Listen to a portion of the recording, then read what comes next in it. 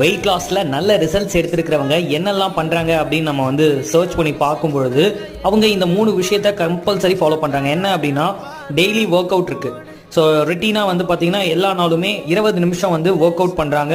அது மட்டும் இல்லாம கேலரியை வந்து கரெக்டாக அவங்க மெஷர் பண்ணி சாப்பிட்றாங்க. அதாவது டெய்லி ஆஃப்டர்நூன் லஞ்ச் அவங்க கரெக்டாக 100 கிராம்னு அளந்து வந்து சாப்பிட்றாங்க. அதே போல் பொரியல் 300 கிராம் சாப்பிட்றாங்க. நீங்கள் இந்த மாதிரி பண்ணியிருக்கீங்களா அப்படிங்கிறத செக் பண்ணுங்க. ஸோ நம்ம கரெக்டான கேலரியை சாப்பிட்ணும் அப்படின்னா ஒவ்வொரு நாளும் நம்ம எவ்வளோ உணவு எடுத்துக்கிறோம் அப்படிங்கிறத வெயிட்டை மெஷர் பண்ணி சாப்பிடணும்.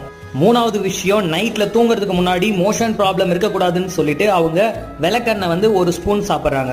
எஸ், நான் என்னோட வீடியோவில் மார்னிங் சாப்பிடணும்னு சொல்லியிருப்பேன். பட் நைட்ல தூங்குறதுக்கு முன்னாடி நம்ம எடுக்கும் பொழுது இன்னுமே நம்மளோட கட் ஹெல்த் ரொம்ப நல்லா இருக்கு, மோஷன் ப்ராப்ளம் இல்லாம இருக்கலாம். எஸ், இந்த 3 விஷயங்களை ஃபாலோ பண்ணி ஈஸியா வந்து குயிக் ரிசல்ட்ஸ் எடுத்திருக்காங்க. ஸோ உங்களுக்கும் நான் இதுதான் சொல்றேன், நீங்களும் குயிக்கா ரிசல்ட்ஸ் எடுக்கணும் அப்படின்னா இந்த 3 டிப்ஸை ஃபாலோ பண்ணுங்க. இது மாதிரி நிறைய டிப்ஸ் அண்ட்